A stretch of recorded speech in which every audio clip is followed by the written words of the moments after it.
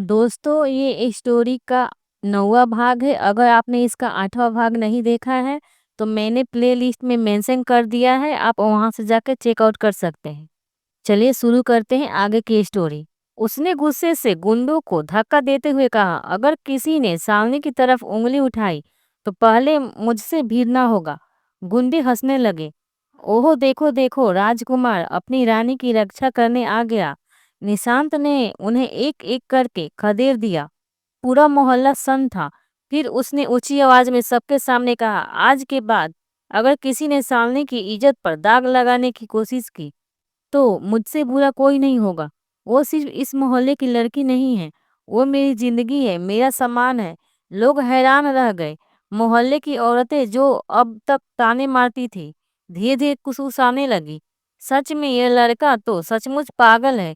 उसके लिए प्यार भी कोई ऐसी चीज होती है कि अमीरी छोड़कर यहाँ आ गया। यह सब नीलम सिंघानिया ने अपनी आंखों से देखा। वो भीड़ के पीछे खड़ी थी। उनकी आंखों में आंसू आ गए। यह वही मेरा बेटा है जो आज तक सिर्फ बिजनेस और नाम का दीवाना था। आज वह एक लड़की की इज्जत के लिए दुनिया से लड़ रहा है। घर लौटते कार में नीलम की चुप्पी बहुत भारी थी।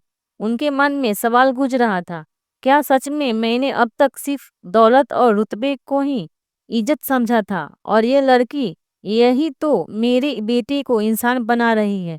नीलम सिंघानिया ने उसी रात एक बड़ा फैसला लिया। उन्होंने निशांत से कहा, अगर तुम्हें लगता है कि वो लड़की सच में तुम्हारे लायक है, तो उसे मेरी कसौटी पर उतारना होगा।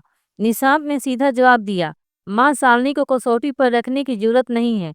वो जैसी है वैसी ही सबसे सच्ची है। लेकिन नीलम ने सख्ती से कहा, नहीं, मैं अपने बेटे को किसी ऐसी लड़की के हवाले नहीं कर सकती जिसके इरादे और हिम्मत की परख न की हो। कल सुबह मैं खुद उससे मिलूंगी। अगले दिन नीलम अचानक शालिनी के छोटे से घर पहुंची। शालिनी घबरा गई। आप यहाँ? नीलम ने चारों ओर देखा। टूटी छत, पुरानी दीवारें, छोटी सी रसोई। फिर ठंडी आवाज में बोली, तुम सोचती हो कि इस छोटे से घर में रहकर मेरे बेटे को खुश रख पाओगी? तुम्हें क्या लगता है सिंघानिया खानदान का वारिस इस साधारण दुनिया में जी पाएगा? शालिनी ने हिम्मत जुटाई और बोली, मुझे बस इतना पता है, निशांत यहाँ मेरे लिए आया है, और अगर उसने यह सब छोड़ा है तो किसी मजबूरी में नहीं, अपने दिल से छोड़ा है। जहाँ प्यार और सच्चाई हो वहीं घर होता है। नीलम चुप हो गई। पहली बार उन्होंने शालिनी की आंखों में झांका। वहां न डर था न लालच, बस सच्चाई। नीलम ने थोड़ी देर बाद कहा, ठीक है, अगर तुम्हारा प्यार इतना ही सच्चा है, तो तुम्हें पूरे समाज के सामने खुद को साबित करना होगा। सिंघानिया परिवार का नाम दांव पर है। मैं देखना चाहती हूँ कि तुम लोगों की तामने नफरत और शक का सामना कर पाती हो या नहीं। शालिनी ने गहरी सांस ली और बोली, अगर यही मेरी परीक्षा है तो मैं तैयार हूँ। नीलम सिंघानिया पूरे शहर में एक भव्य कार्यक्रम रखवाएगी। नाम होगा सिंघानिया फैमिली ट्रस्ट का वार्षिक समारोह। लेकिन असली मकसद होगा शालिनी की भीड़ के सामने परखना। सिंघानिया हवेली रंग बिरंगी रोशनी से जगमगा रही थी। बड़े बड़े बिजनेसमैन, पॉलिटिशियन और नामी हस्तियां हॉल में इकट्ठा थी। नीलम सिंघानिया सबको मुस्कुराते हुए रिसीव कर रही थी, लेकिन उनकी आंखों में कहीं गहरी साजिश छिपी थी। निशांत शालिनी को लेकर हॉल में दाखिल हुआ। शालिनी ने साधारण सी लेकिन बेहद खूबसूरत साड़ी पहन रखी थी। भीड़ में कई लोग कानाफूसी करने लगे।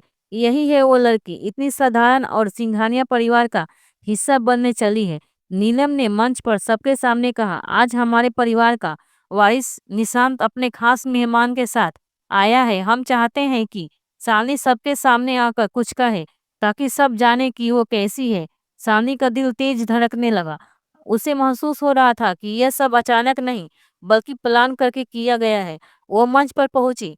कुछ लोग हंसी दबाकर देखने लगे। देखो देखो, बोल भी पाएगी क्या? नीलम ने मुस्कुराते हुए माइक्रोफोन शालिनी की ओर बढ़ाया। आइए सबको बताइए कि हमारे निशांत ने आखिर आप में क्या देखा। क्लास का माहौल हंसी ठिठोली से भरा हुआ था। एक लड़की ने ऊंची आवाज में कहा, अरे देखो, ये शालिनी तो ऐसी खड़ी है जैसे किसी राजकुमार के इंतजार में हो। दूसरी ने चुटकी ली, राजकुमार, इसे तो झाड़ू लेकर किसी छोटे घर में ही रहना है, कहाँ राजकुमार मिलेगा। सब हंस पड़े। शालिनी की आंखें भर आई लेकिन उसने कुछ नहीं कहा। वो हमेशा की तरह चुप रही। तभी पीछे से निशांत सिंघानिया आगे आया। उसकी एंट्री से सबकी हंसी अचानक थम गई। वो सीधे शालिनी के पास आया और बिना कुछ सोचे उसका हाथ पकड़ लिया। उसकी गहरी ठंडी आवाज गूंज उठी, अगर किसी में हिम्मत है तो इस लड़की का मजाक उड़ा कर दिखाओ। सालनी अलग है और इसी अलगपन की वजह से वो तुम सब से बेहतर है। जहाँ तुम सब दिखावे और पैसों के में फंसे हो, वहीं इसमें सच्चाई और हिम्मत है। कमरा खामोश हो गया। सभी हैरान थे कि अकड़ और घमंड में रहने वाला निशान किसी लड़की के लिए इतना बोल सकता है। सालनी की आंखों में आंसू बह निकले। उसने अपने हाथ को छुड़ाने की कोशिश की, लेकिन निशांत ने हल्की मुस्कान के साथ कहा, अब ये हाथ मैंने थामा है तो इसे छोड़ूंगा नहीं। हेलो दोस्तों, अगर आपको इस स्टोरी का अगला भाग देखना है तो आप मेरे चैनल को लाइक करें, सब्सक्राइब करें और शेयर करें, ताकि मेरी वीडियो का नोटिफिकेशन आपको तुरंत मिले। बहुत ही अच्छी होने वाली है ये स्टोरी। आप इसे ज़रूर देखें, आपको अच्छा लगेगा। फिर मिलते हैं आपसे अगले भाग में। तब तक के लिए नमस्कार, धन्यवाद।